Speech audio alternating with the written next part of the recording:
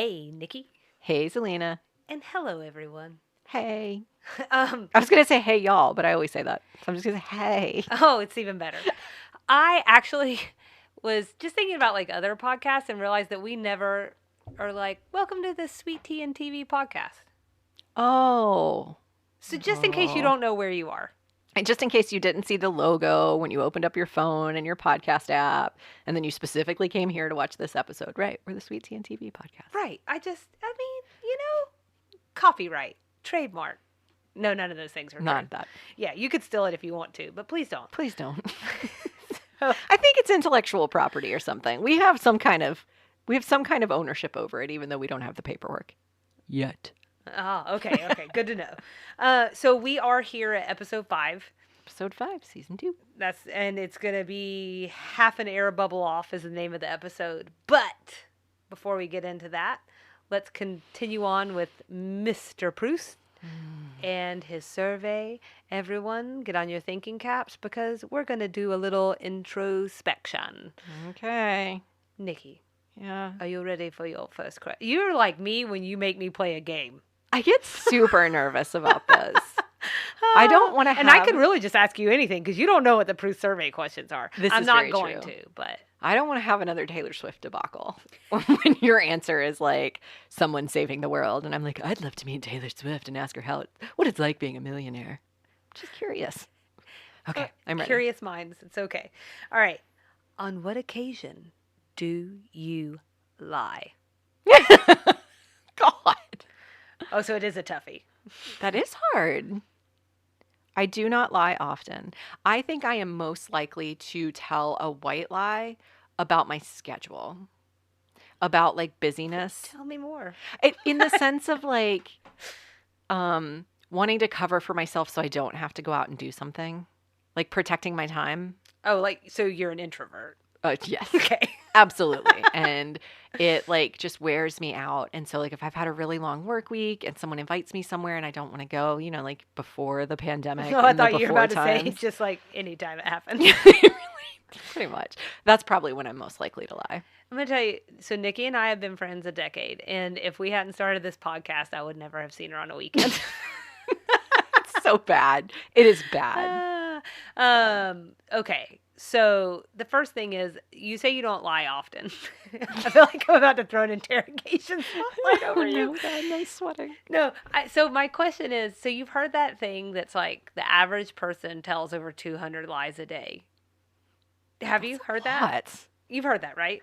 Probably at some point. I mean, I don't remember it if I did. Okay. But do you think that's possible? 200 lies?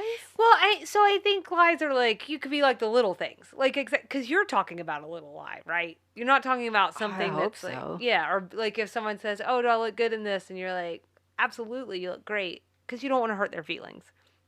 I'm saying that's a kind of lie that people tell. So anyways, I was just curious. That seems like a lot. It does feel like a lot. I don't know about 200 lies a day.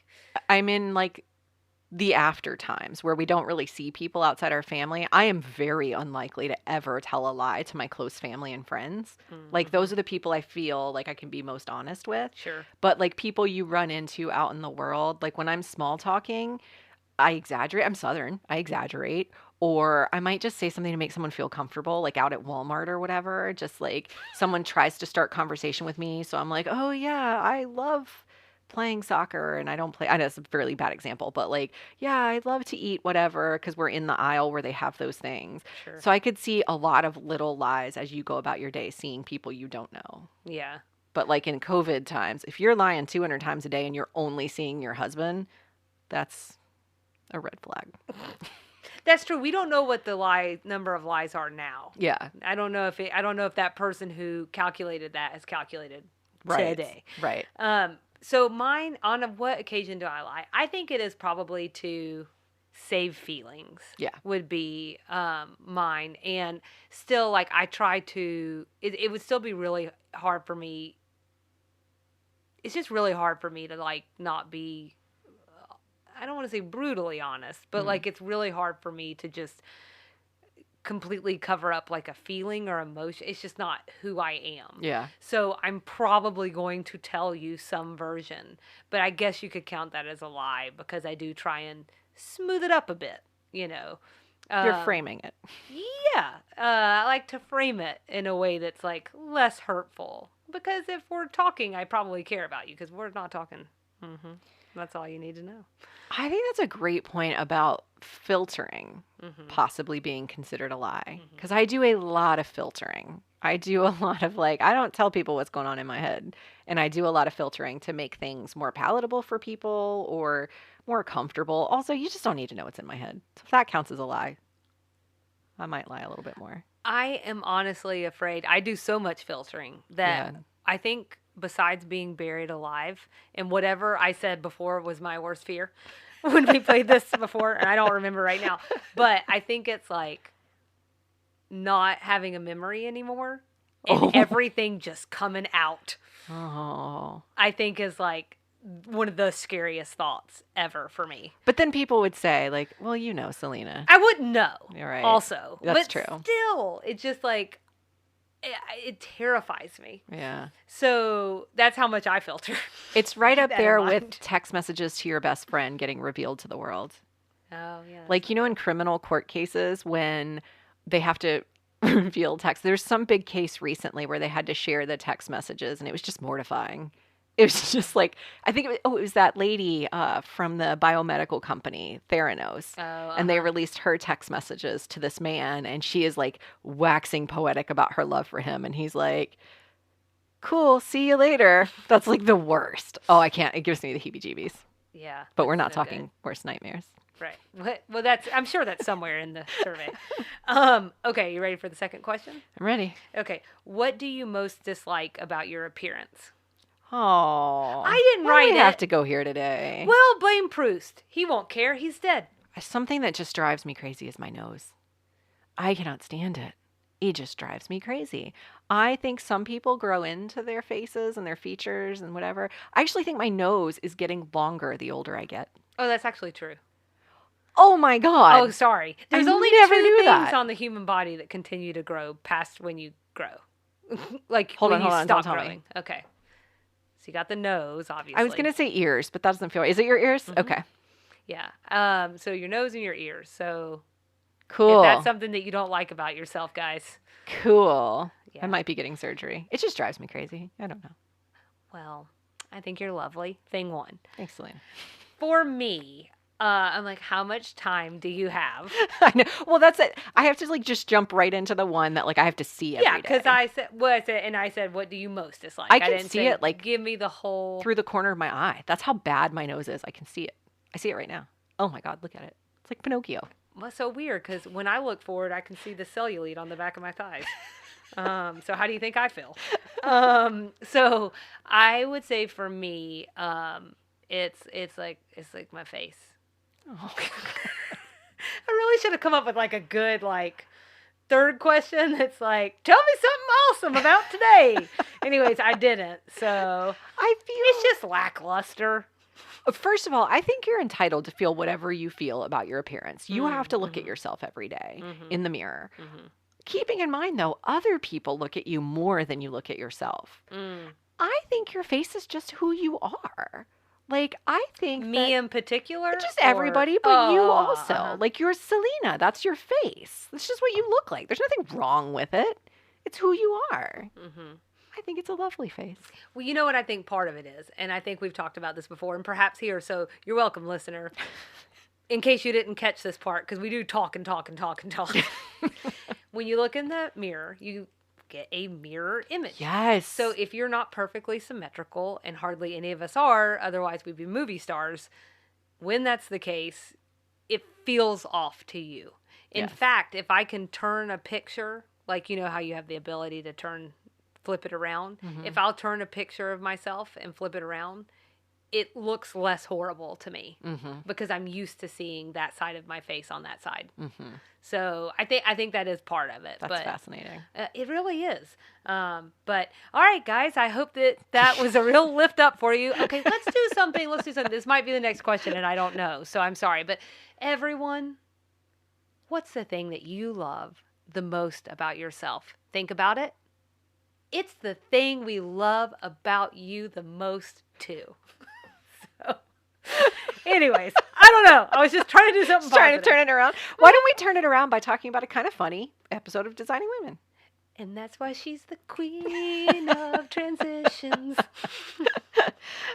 So this episode is half an air bubble off. The Hulu episode description is, at the same time the women are being driven crazy by an eccentric client with bizarre decorating requests, feisty Bernice Clifton announces she's entering a beauty contest for senior citizens and needs their advice and sponsorship. The IMDb description is, an eccentric client falls in love with Julia while Bernice enters a beauty pageant for senior citizens. It aired October 19th, 1987. You look like you have something to say about these descriptions. Oh, I was just going to say that second one. How succinct. Yes. Also, only half the story for that second one. Because sure, he falls in love with Julia. This is why I keep pulling both of them now. Yeah, that's smart. So That's smart. I think we have to like fuse them together. So this one was written by LBT and directed by Harry Thomason. They've been busy. I think almost every single one has been just been the two of them. Has it? Mm-hmm. Probably should know that. No, it's ridiculous. So you want to jump into some general reactions? Let's do it. So what did you think? What was your general reaction to this episode? I really only have one. Okay. It's awfully specific now that I'm looking back at it. So you're going to be like, great, Selena. Thanks for sharing. I'll just tee my own self up. Let me just be clear. I only have one general reaction, and then I have a lot of stray observations. Oh, we're on the same page then. Same page. Okay. So just that it's the second time that Mary Jo hands over a client because Julia thinks she can do it better. Oh. The last time was with the really rich clients. Oh, wow. At the end of season 1 and the Tates. See, this is very specific, but I think you're tapping into something big. Yeah, thank you for giving me that. And then Julia pretty quickly gives them back. Yeah. Which is basically the last time I think everybody kind of like threw their hands up about the Tates. And, but it's this thing, I guess, like, you know, Julia thinks she can do it better. I don't know. You know, a difficult person is a difficult person. Yeah. So that was mine. What's yours? Oh, mine was the difference between eccentrics and crazy. I think that was such a fascinating discussion point. How the difference between, basically, it almost seems like eccentric is a term that was developed in the South to talk about crazy people, is the way they explain it in the show. But nicer. Yeah. Well, is yours like just the tone over it over the entire episode, or was it something specific that someone said? There's a reason I'm asking. Well, I'm going to need to know your reason because I'm not sure how to answer the question. Okay, so the reason I'm asking is because I think you could argue that the whole episode sort of is talking about eccentricities. Yeah. Okay, because we have two very eccentric characters that come together on This the is show, like right? the meeting of the eccentrics. Absolutely. Yeah. So I say that because I think you could certainly say that that's the point of view you're coming from. I actually, since we're talking about it, this is in another section for me, but I'm just going to go ahead and bring it up now, is this idea that like a specific thing that was said by Charlene was hilarious. And it was like one of my favorite lines of the entire episode. And it was about the difference between eccentricities or eccentrics in the South and in the North. Right. Do you know the line? I don't know it off the top of my head. Okay, so Charlene says, I mean, if you live in New York City or LA, you might call yourself something like Son of Sam and be a mass murderer. But if you're an eccentric in, say, Poplar Bluff, Missouri, then you just have a name like Nub or Digger, and you ride around in a little wagon. And I just thought that was amazing. And especially if you're, like, from the South, you probably know a nub. You've known a nub or a digger. That's all I'm saying. Then later Julia says, he is of the nub or digger variety. And then later again, she says, he is not a nub or a digger. I loved how they just kept coming back to it. But yeah, that was that was what was so funny to me because that was so spot on. Like, yeah, I do think a serial killer is slightly different than this man who wants a glass wardrobe. Which also, as we get into stray observations, I'll say, I didn't think that was the craziest request in the world. I have the exact same stray observation. Like, they acted like he was asking them for, like, a pedestal he could stand on in front of the mirror, in front of the window or something, naked. You know, like, something really crazy. And it was just like he wants to look at his clothes. It just seemed really modern to me. Yeah. That was so weird. Yeah. I also, so now that was my overall observation about the Yeah. episode, was just like that sort of meeting of the eccentrics, introducing a whole new eccentric character so that we can see how normal and not normal Bernice is all at the same time. Because Okay, I next to like this that. man, next to this man, sometimes Bernice almost seemed normal Mm-hmm. because Yeah. he was a little off the rocker. Right. A different variety. Yes, yes. We got a throwback to the fact that Bernice lives in the same place as Julia and Suzanne's mother. We haven't really talked about that since Thanksgiving, since the season 1 Thanksgiving episode. What's the excuse they give? Is like, She's been in Europe. yeah, and so she's like, that's a big move, right? Do we ever know exactly where they live? It's pretty far away, right? It's enough that they have to take a plane. So all I'm saying is, isn't it? Doesn't she live wherever Julia's and Suzanne's mom does? So Bernice. Yeah. So like this idea that like your best friend goes out of town, so you move to presumably another state until they return. Is Wow, kind of a you're lot, blowing right? my mind right now, because actually Well, I hadn't processed that they're presumably where they all live together in this senior village. Like you said, in that Thanksgiving episode, there was quite a lot made of the fact that they live kind of far away. So she's like, come out here for them to look after her. Is this an inconsistency in the storyline? I don't know. I mean, I guess it's possible that someone would do that, but that feels like a life change, right? Yeah. I mean, they're just trying to find a way to bring her into the show, but it does feel like a little bit of it really, is that the way that would work? I don't know. Well, there you go. I won't belabor the point except to say I think I just glossed over the fact that they presumably lived at the same place. And I think it's because now my brain is broken and I just didn't understand the logistics. All of our brains are broken in 2021. This is true. What else do you have? Mr. Tyson said, I like her swagger. Ooh. Did that feel super modern to you? Well, I think swagger might be like, I think that is kind of like a 1940s term. Okay. That like is what is old is new again. So I didn't assume that like we invented swagger, but it just struck me as something like I've just never heard an old person say that. Yeah. Never. Yeah. He also said the word titillated. Don't ever say that again. Just outlaw it. Can we just outlaw it? It's terrible. But now I'm going to work it in. Oh, I bet you are. Perfect. Oh, that sounded weirder than I meant for it to. Go on with Would your that be strays. titillated? It would be. Do you remember when Julia gasped when Mr. Tyson snuck up on her? Oh, I do. That's one of the funniest pieces of physical acting I've seen in this show. Oh, okay. I nearly died. I watched it 3 times in a row. Oh. Did you not find it as funny as I did? Well, I'm afraid to tell you how long it's been since I've seen this episode now. I see. Okay. So I'll have to go back and look at that one. What are some of your stray observations? Well, so maybe it was in the last episode, or I don't remember now, but I said, let's track the use of off the beam. Oh, right. So this was the second use. I also looked that up because why not? Sure. And off the beam means incorrect or mistaken, off base, but they're using it as a synonym for crazy. Yes. So I just think, and then, which feels like maybe they're just trying to be like nicer about it. I don't know. And then I actually think like the most Southern thing to say, for whatever it's worth, would be like, he ain't right. Yeah. Like that feels like the most Southern actually. We get another Cosby Show reference from Bernice, who's also mentioned it before. Oh, is it her who's mentioned it before? In the Thanksgiving episode. Well, and we get a few mentions of the Cosby Show. So I don't. Maybe LBT was just a big Cosby fan at the time. At the time, 1987 was a different time. I only had one other thing. I don't know. Well, you tell me. Do you want to talk about this at all? Mr. Tyson did a lot of different things over the course of this episode that were deemed eccentric. Oh, And I wrote them all down. Oh, good. Good, because I didn't think any of them were really that weird. Okay, let's go through them and let's decide. Okay. So we already talked about the glass wardrobe. Right. Not weird. She was so put off by that. It's just not I'm designing a glass wardrobe. Right. Okay. It's not like you're designing one made of hair. Right. Like, then, yes, call the police. He's making me make one out of toothpicks. Right. This does sound hard. and watching me assemble it. Yeah, like that would be terrible. I don't know.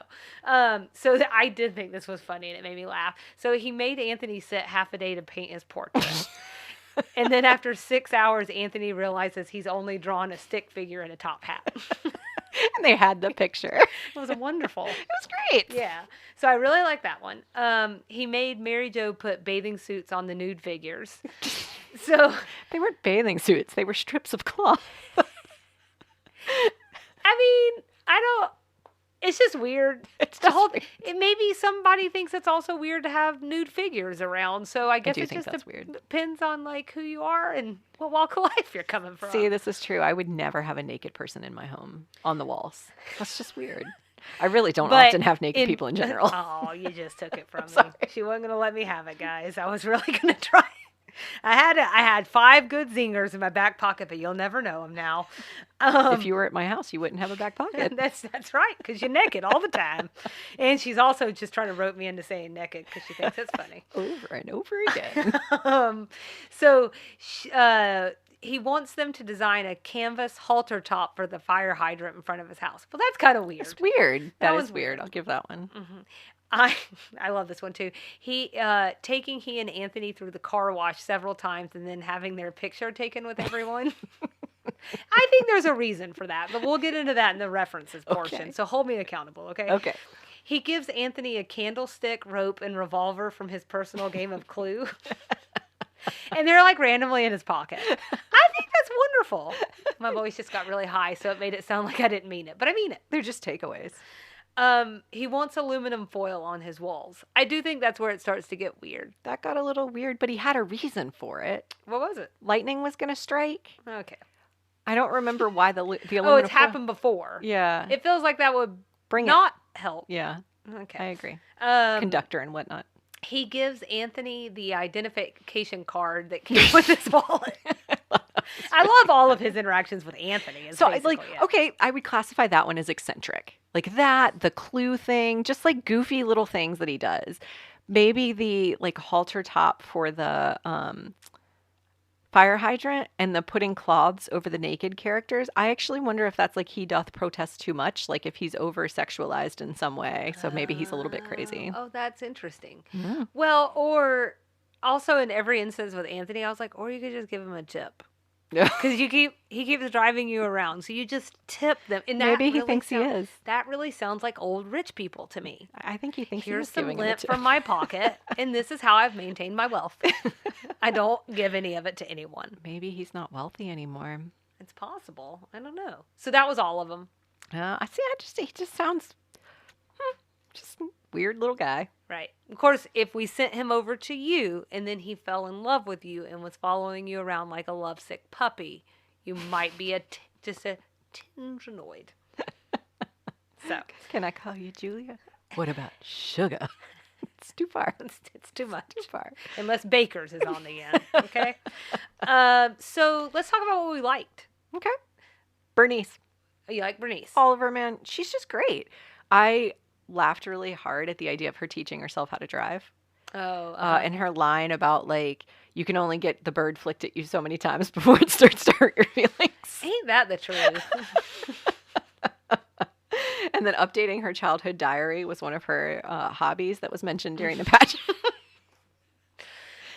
Yeah. Quirky. These are quirky, eccentric things. LBT really writes very well for her. Yeah. Like, she really gives her some justice. This has to be based on someone that LBT has known in her life. Oh, maybe. I don't know. Maybe one day we'll know. Maybe. Come on, LBT, tell us all your secrets. I know. I want to know all your secrets. And so on that note of Bernice, I thought the Yeah. senior beauty pageant was really funny. It was really good. I thought Bernice's whole package was great. Like how she originally wanted to eat fire, but her doctor was afraid there would be a denture explosion. So she switched to pounding on her face and like making the tune of Dixie. Can I add one thing about Bernice then?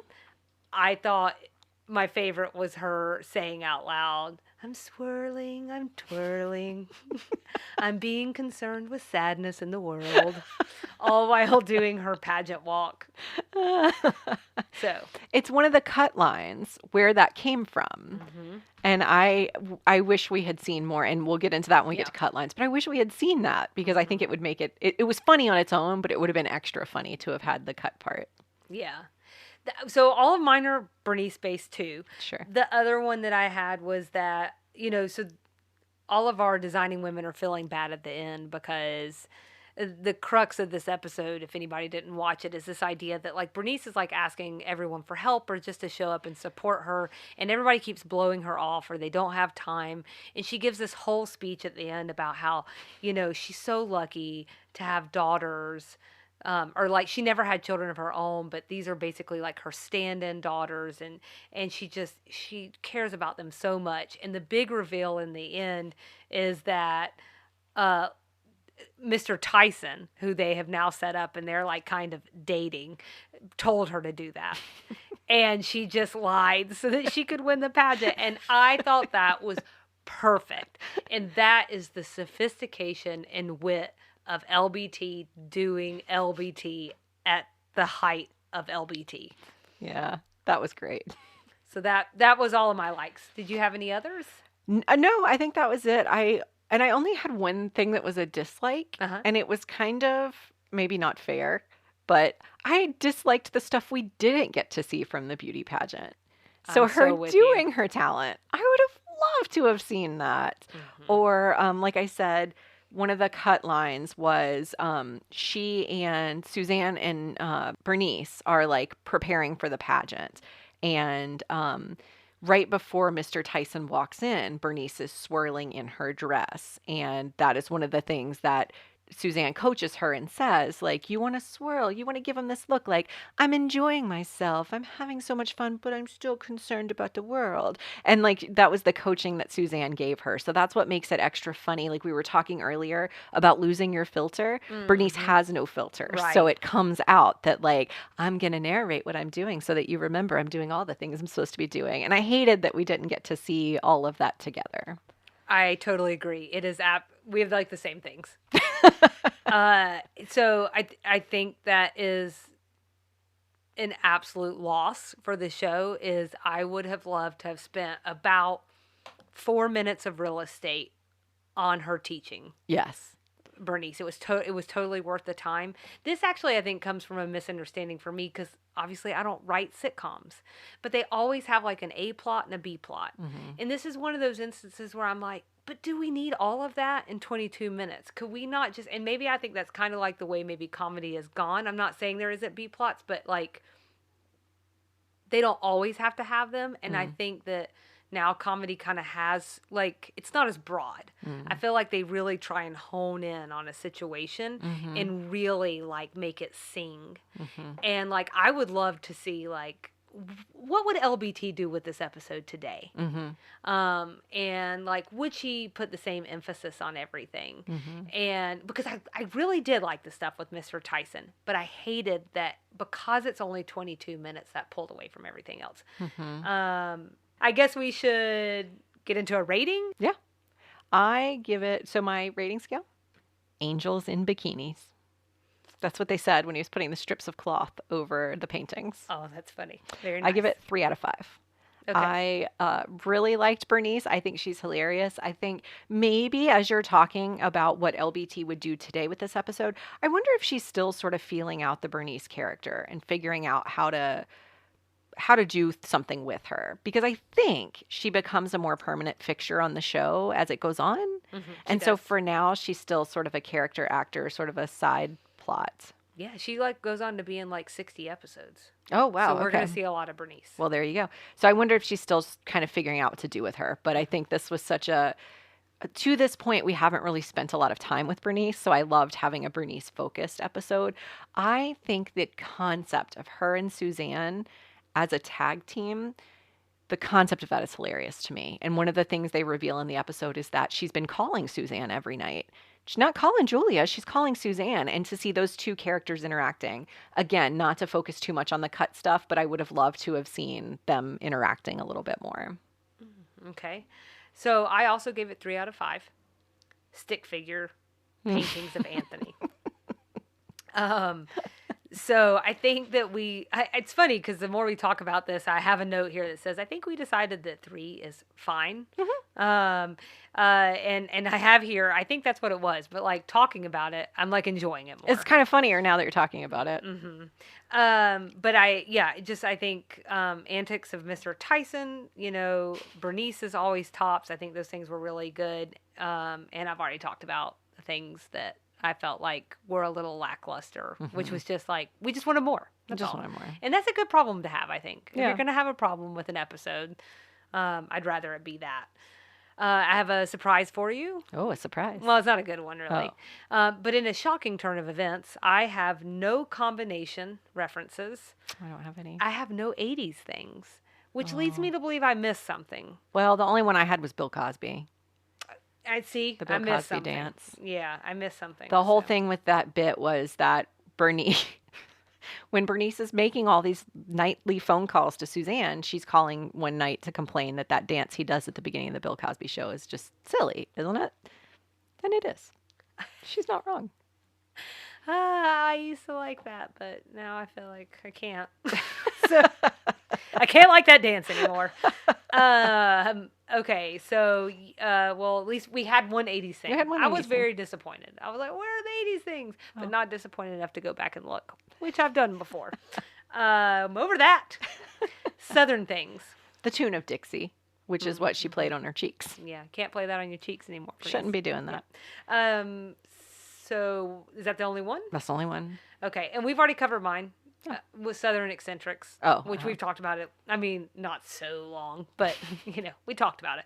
And then finding nicer ways, like off the beam, to call someone crazy. That just in itself feels like a very Southern thing to do. Yeah. Kind of like the whole idea of bless your heart. I still disagree.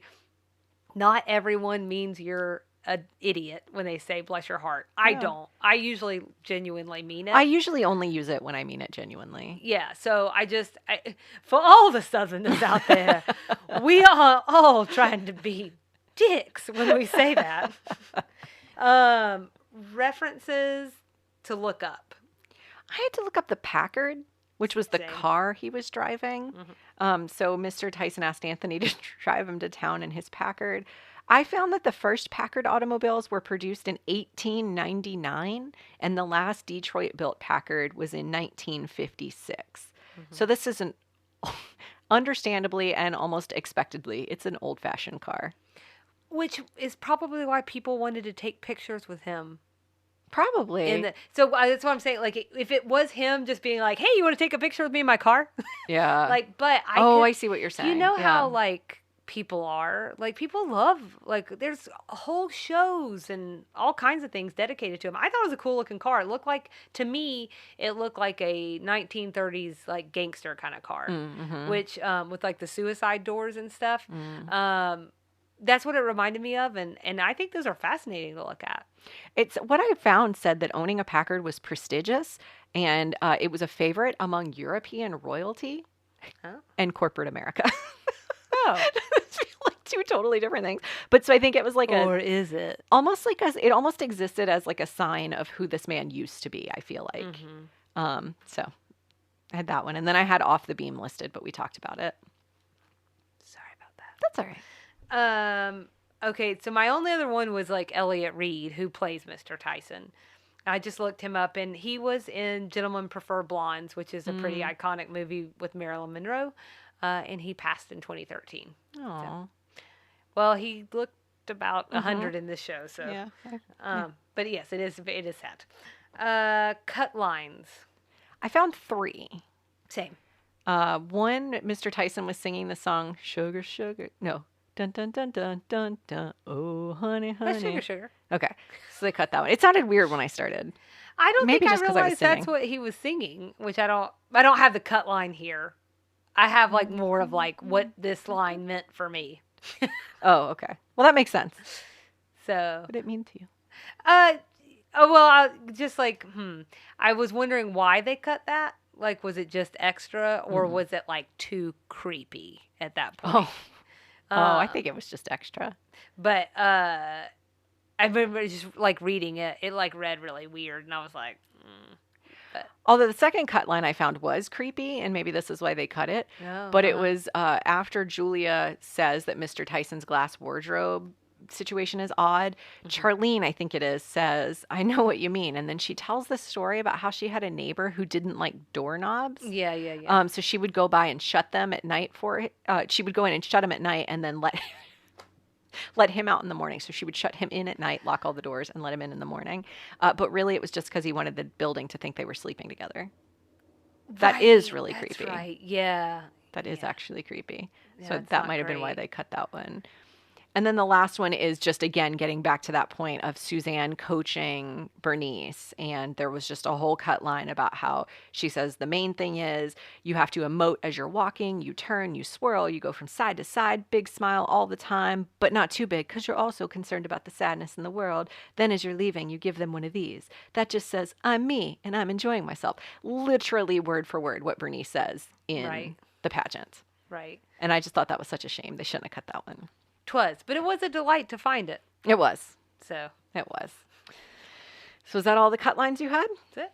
So we are on to episode 5. We meet another Suzanne ex-husband, Dash Goff, the writer. In the meantime, we'd love everyone to follow along with us and engage. Instagram and Facebook at Sweet Tea and TV. Email us at sweetteatvpod@gmail.com. We're online at www.sweetteatv.com.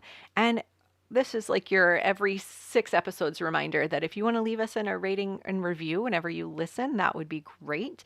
That will help other people find us and to know that they should be listening in for all the gems that we're covering here. So many gems. Put that in your review. And hang tight for extra sugar. We're actually going to look deep into Alice Ghostley, who is the actor that played Bernice Clifton. Yay!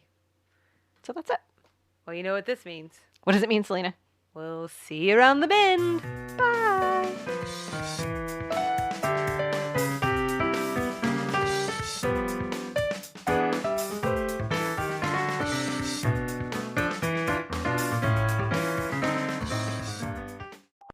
Welcome to this week's Extra Sugar. In honor of our first Bernice-focused episode, felt like the right time to do a deep dive into Alice Ghostley, the actor behind our favorite senior center pageant queen. No? I like it. So, Alice Margaret Ghostley was born in Eve, Missouri on August 14th, 1923. I'm going to give you 3 options, Selena. Can you tell me the location of her birth? Was it in a train depot? Was it in a post office? Or was it at her home?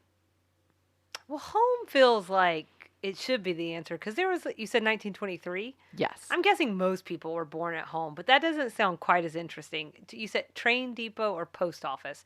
So I'm going to say post office. It's a train depot? Oh. Good guess. Train depot. You did an excellent job. She was born at a train station. How 1920s does that sound? Yeah. So and random. Yeah. Just like Bernice. And a real southerner. I found an article that says her father was a railroad telegrapher, and it was common for them to live in the train station. I think a telegrapher like sends signals to other train stations or to train conductors to know like scheduling and route stuff. Oh, okay. I guess technically then 2 answers were right. You didn't get either one of them. But that would mean that Hey, man. if they lived in the train depot, then she was also born at home. Oh. You see what I'm saying? I see what you're saying. Yeah. Just for funsies, that same article I found that said that's where she was born said that they saw a picture of the interior of her apartment in Studio City, California. And there was a big blow up picture of the train station in which she was born hanging over the mantle. So it meant something very special to her. Well, it probably reminded her of her dad. Did that come out in human language? It probably reminds her of her dad. Probably, yeah.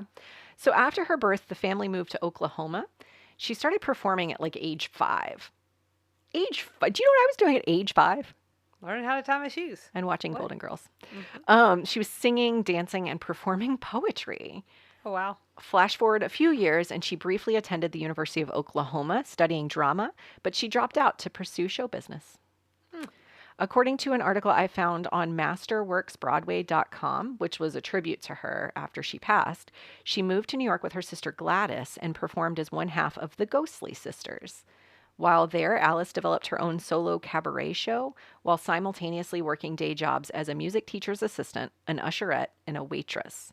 Of this time, Alice said, "The best job I had then was as a theater usher. I saw all the plays for free. What I saw before me was what I wanted to do and what I wanted to be." That's positive. So she got her first big break in a Broadway stage review called New Faces of 1952. Also featured in that feature was Eartha Kitt and Mel Brooks. Oh, wow. Throughout the 50s and 60s, she continued to perform on stage, and in 1978, she played Miss Hannigan in Annie. Selena, can you Oh. guess who played Annie? Tell me the year again. 1978. And this is on stage. Mm-hmm. It was Sarah Jessica Parker. It was Sarah Jessica Parker. Yeah. I knew you would know that. Yeah. Uh, I'm like, what a weird thing for me to know. Maybe. I don't know. So strange. During this time, she also started to make her mark on television. As far as I can tell, she had more than 100 television credits to her name, starting with a 1957 appearance in the musical Cinderella as one of the stepsisters. Julie Andrews played the title role. Wow, she was all in it. In addition to designing women, her resume, honestly, it's impressive. It sort of reads like the TV Land airing schedule. She was in practically every classic TV show of the 60s, 70s, and 80s. She was in Chips. She was in Golden Girls. She was in Good Times. Do you remember her in Golden Girls? I do not. Okay. She was in Hogan's Heroes, Mayberry RFD, Maude, One Day at a Time, and The Odd Couple. Her more recent work included appearances on Friends, Sabrina the Teenage Witch, and voiceover work in Ah, Real Monsters and Rugrats. I do remember her in Sabrina. I think she played like a godmother or like an aunt or something. She received an Emmy nomination for Best Supporting Actress in a Comedy Series in 1992 for her work on Designing Women. Oh, okay. All told, she appeared in about 30 movies, including To Kill a Mockingbird, My Six Loves, The Graduate, I can't say that with a straight face, The Flim Flam Man, Oh. and Grease. Okay. See, Grease is what sticks out the most for me. According to Wikipedia, Alice received a Tony nomination in 1963 for different roles she played in the Broadway comedy The Beauty Part. She also received a Tony Award for Best Featured Actress for her role in The Sign in Sidney Brustein's Window. Oh, well, there you go. So she never won any awards for her work in Broadway, but one article says she accepted one for her friend, veteran actor Maggie Smith. Oh, I love Maggie Smith. I think everybody does. Yeah. On the personal front, Alice was married for 50 years to Italian-American actor Felice Orlandi, who died in 2003. They had no children. She had a series of multiple strokes that put an end to her career around the year 2000, and 7 years later, she died of colon cancer. Oh. I had to cover it. Yeah. Well, I mean, she did pass. That's very sad. I found one report that part of her ashes were spread under an orange tree at her home in North Hollywood that her husband planted for her. That's beautiful. Her sister Gladys passed away in 2009, at which time the other half of Alice's ashes were taken to Siloam Springs, Arkansas, to be buried at her sister's side next to their parents. The sisters share a tombstone that reads The Ghostley Sisters. Huh. And also, I guess, like, maybe they felt, maybe Alice Ghostley felt a real kinship with LBT, and because, man, her husband, Harry Thomason. Harry Thomason. Sorry, Harry. He's from Arkansas, and I think LBT largely considers that her home at this point. So, just a certain kind of like made them feel like they really knew each other. And I was just going to say too that it feels like seeing that she has so much stage credits in her history, I think you really see that in the show because she is very theatrical in ways that I don't know that regular sitcom stars are.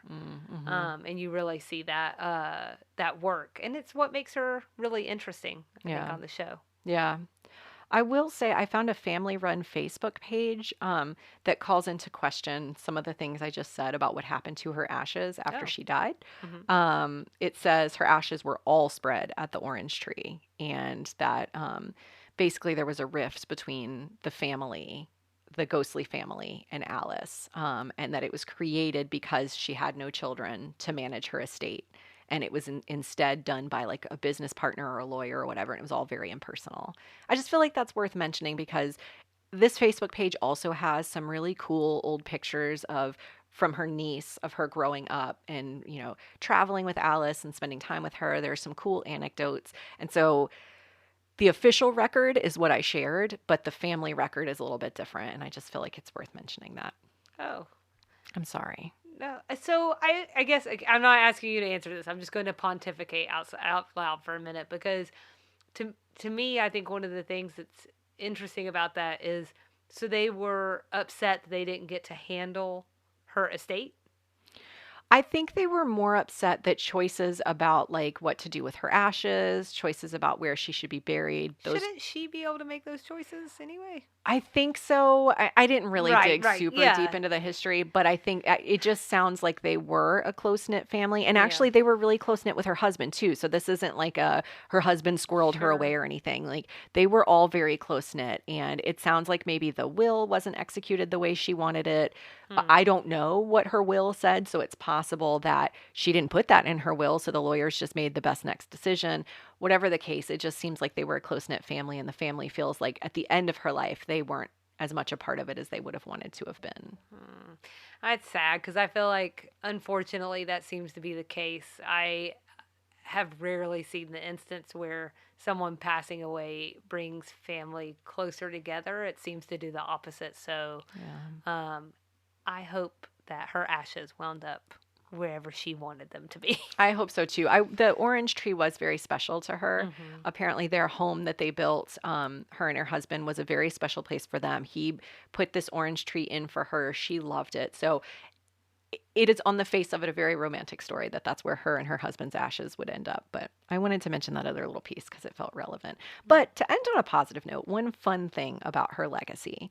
On May 15th, 1992, the town of Henrietta, Oklahoma proclaimed Alice Ghostley Day and named the high school auditorium in her honor. Oh, that is nice. I tried to dig around to see if it's still. Why?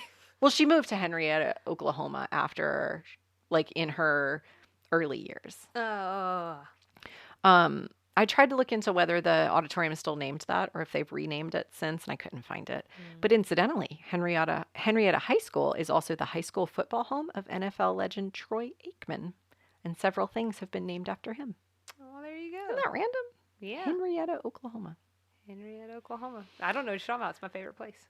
So I will just end by saying that Alice Ghostley left an undeniable impact on television. I imagine, in all seriousness, if you sit down and watch TV Land, I bet she pops up all the time. And I'm sure if I found the episode of Golden Girls that she's in, I would remember her being in it. Mm-hmm. It's been so much fun. Like, she was the highlight of this last episode of Designing Women for me. Every time she's on the screen, she's a highlight for me. It seems unimaginable that the role of Bernice would have been played by anyone else. She sounds like she had a fascinating life. She lived and breathed show business, and it was really fun looking into her. Well, I like it. I like her, and I look forward to seeing her more in the future. So that has been this week's Extra Sugar.